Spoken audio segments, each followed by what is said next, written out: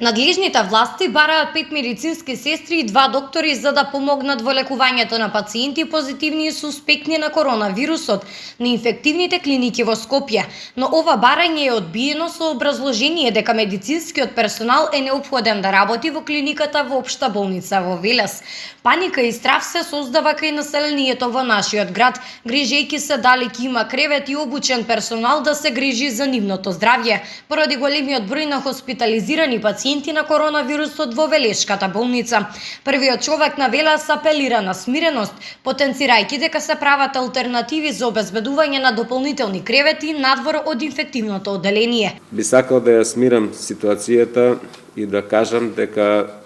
здравствените институции ќе направат се што е во нивна надлежност, сите пациенти на кои ќе им биде неопходна лекарска помош,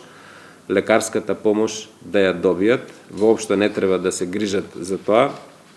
Се работи интензивно на наоѓање на алтернативни решенија за обезбедување на дополнителни болнички кревети. Дали тоа ќе биде во физикалното одделение во рамки на болницата, дали ќе биде со активирање на болничките капацитети во болницата во Јасеново,